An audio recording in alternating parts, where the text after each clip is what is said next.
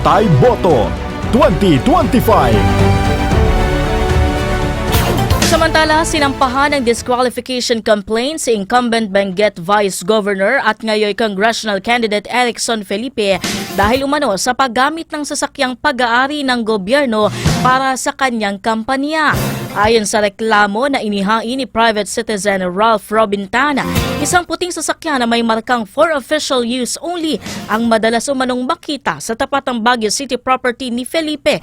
Ngunit tinakpan ito ng magnetic signage na may temang Good Governance Benguet. Nakahalin tulad ng branding ng kandidato. Batay sa sertipikasyon mula sa Provincial General Services Office, ang naturang sasakyan ay nakarehistro sa pamahalaang panlalawigan ng Benguet. Iginit pa ni Tana minsan ay pinalitan umano ang plaka ng sasakyan. Hiniling niya sa COMELEC na kanselahin ang Certificate of Candidacy ni Felipe at ideklarang stray ballot sa mga boto para sa kanya. Newsline. Samantala, nagbabala si Commission on Elections Chairman George Erwin Garcia sa mga kandidato ngayon pong halalan na asahan ang mas marami pang disqualification case at show cause orders. Isa umano sa kakasuhan ng COMELEC ng diskwalifikasyon at election offense ngayong linggo ang isang kandidato sa Pasay. Habang mayroon silang ipatatawag na ilang mga kandidato sa probinsya ng Quezon. At may mga disqualification case na rin umano sa ilang mga kandidato gaya sa Laguna at Quezon City.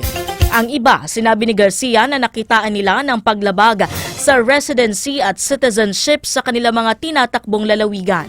Sa ngayon naman, nilinaw ni Garcia na iniurong na ang kaso ng disqualification sa isang grupo ng mga tumatakbo sa Bohol.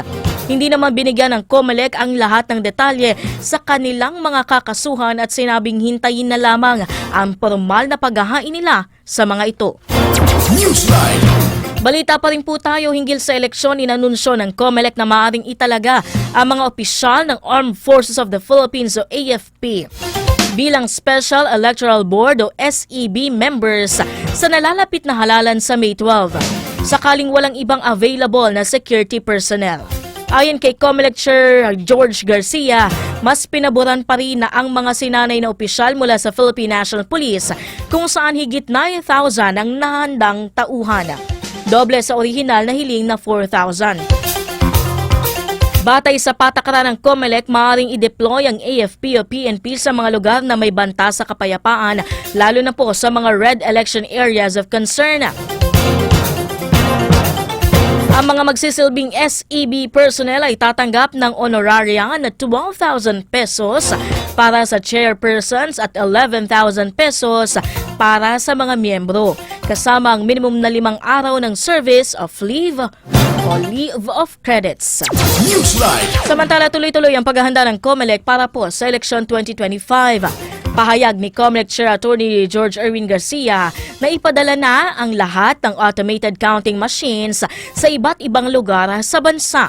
Sa ngayon, nagpapatuloy ang final sealing at testing sa mga ECM na target matapos sa May 7. Samantala, nasa 8,000 Starlink satellite transmission device na rin ang ipinakalat ng COMELEC sa bansa para matiyak ang maayos na transmission ng boto.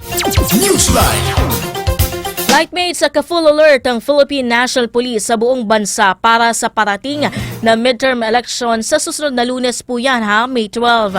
Nangako ang PNP na fully prepared na ang buong kapulisan na magbabantay sa seguridad ng halalan sa bawat presinto sa bansa.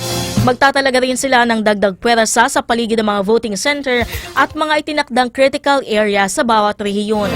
Nagpaalala naman ng PNP sa publiko na maging mapagmatsyag at i-report sa PNP ang anumang kahina-hinahilang aktibidad mula ngayon hanggang sa mismong araw po ng halalan.